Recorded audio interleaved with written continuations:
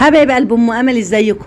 هحكي لكم بقى على مفاجاه حلوه قوي، استنوها مني في قريب كده. هقول لكم ايه المفاجاه. وبالمناسبه دي قررت اعزم ولادي بره ونخرج سوا، وطبعا قرروا ياكلوا. طلبت لهم طبعا فرايد الشيكن، ده اللي هيقولوا عليه اللي عامل زي البص، معلش يا جماعه انا ما بعرفش اقوله والله، هو ده اللي انا طلبت ليهم. وطبعا حبايب قلبي جه الويتر بتاع المكان، انا طبعا ما بعرفش اقول اسم الفراخ دي، وهم قالوا له على اسمها الحاجه اللي هم عايزينها.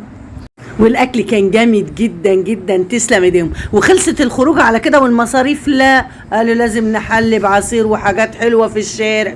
روحنا خرجنا، بس المناسبه تستاهل يا جماعه، هقول لكم عليها. شربوا بقى العصير وخدنا بعضينا بقى، بعد ما شربوا العصير قعدنا نتمشى، بس سهرنا في الهوا شويه واتمشينا، وبكده خرجتنا الجميله بالمناسبه الجميله خلصت. حبايب قلب ام امل، وادعوا له دعوه حلوه من قلبكم ولكم بمثلها يا حبايب.